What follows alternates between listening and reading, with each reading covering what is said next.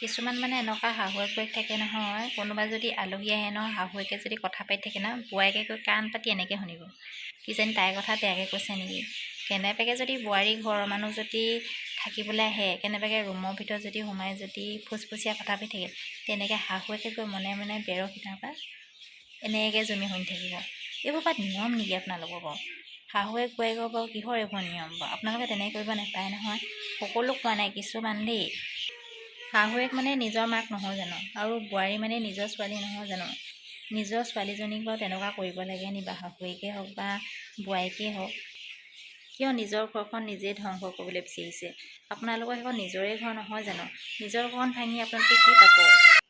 তেনেকুৱা কৰিব নাপায়, তেনেকুৱা নকৰিব। দুয়োজনীয়ে মিলা প্ৰীতিকৈ থাকিব, মাক জীয়েকৰ দৰে থাকিব, মৰম চেনেহত থাকিব, ঘৰখন একতা কৰি ধৰি ৰাখিব। আপোনালোক দুজনীয়ে যদি তেনেকুৱা কৰে, বাকী মানুহবোৰ কি হ'ব? চিন্তা কৰকচোন। তেনেকুৱা কৰিব নাপায়, সদায় মিলিজুলি থাকিব। সকলো কোৱা নাই শাহুৱেক বোৱাৰীক, কিছুমানকহে কৈছোঁ।